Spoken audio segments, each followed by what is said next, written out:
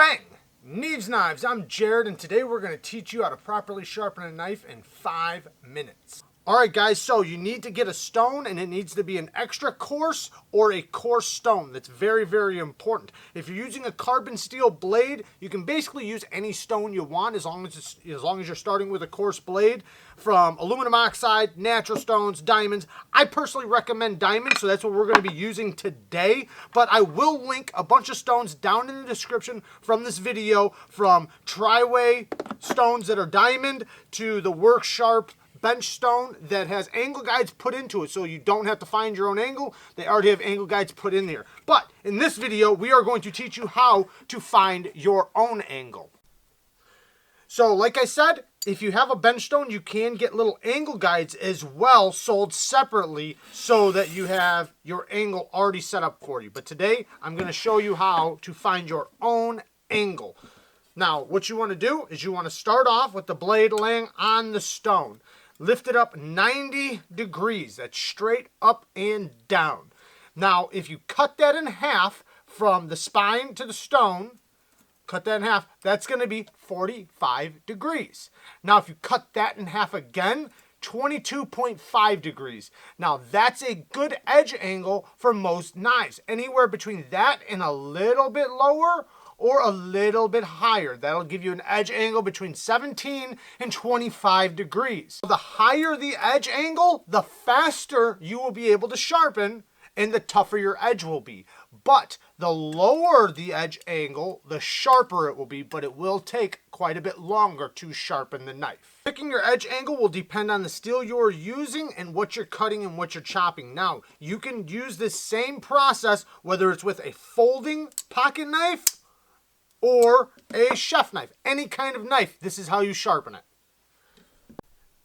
This edge is a typical shape for a lot of knives. Now, I'm going to cut that in half again. That's about 22.5 degrees, and I'm going to stick with that because I want a nice tough edge, and I want this to go fast. So, now that I have my edge angle, I'm going to lock my wrist, and I'm going to use my elbow and my hips more than my wrist.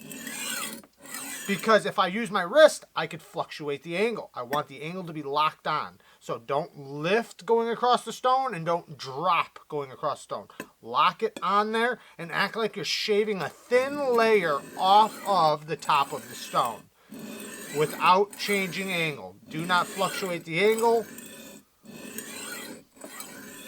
Now, if you start with an extra coarse stone, this part of the process will go very fast. Now, if you're sitting down, you're just going to want to move your elbow. So get your edge angle, lock your wrist, and use your elbow to go across. Every time when you need to get to the tip, or if you need to get to the belly of the blade, lift your elbow. Then drop it back down to go back. So as you're going across the stone, you're going to lift your elbow to get to the tip, then drop it back down. Lift, drop. That's going to help you get the whole blade shape, because as you can see, you have to, in order to get the tip, I have to lift up. Right there, I have to lift up to get to the tip. So it doesn't matter the edge angle, I'm going to have to do that movement regardless. Now you'll know when you're done with your first side when you can see your scratch pattern goes from the top of the edge bevel to the very apex, the cutting part of the edge, from the heel of the blade to the very tip. And you want to make sure it also has a burr. So you want to feel a wire going across the opposite side of the blade that you haven't sharpened yet. Then flip over to that side and do the same thing. Do your 90 degrees, cut it in half, cut that in half. That's your angle.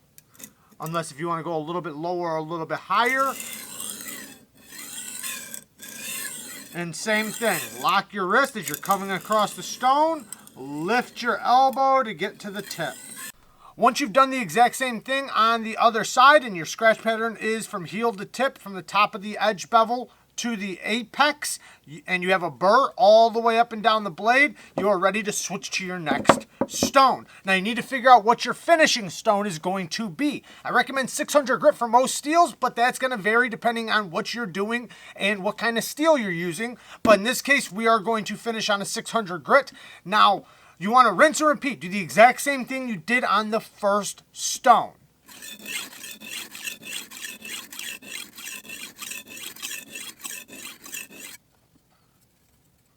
So you have the burr, the final burr. Once you've finished both sides, you should have a final burr. And the burr is wrapped around the edge like this. So you want to take that burr and let it snag the stone and rip off. You're going to have to do it on both sides because it'll most likely fold back over to this side once you swipe this side. So you're going to take your edge, starting with the tip, and with no pressure at all, let the edge glide across the stone. No pressure.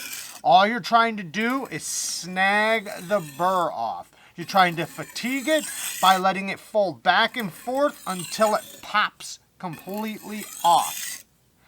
And then we will move to our strop.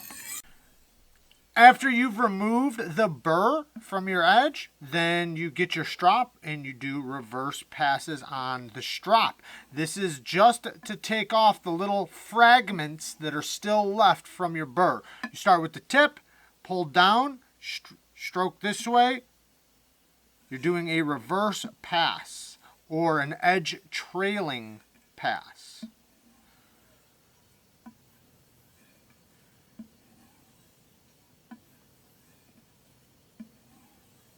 Do this about 5 to 10 times per side.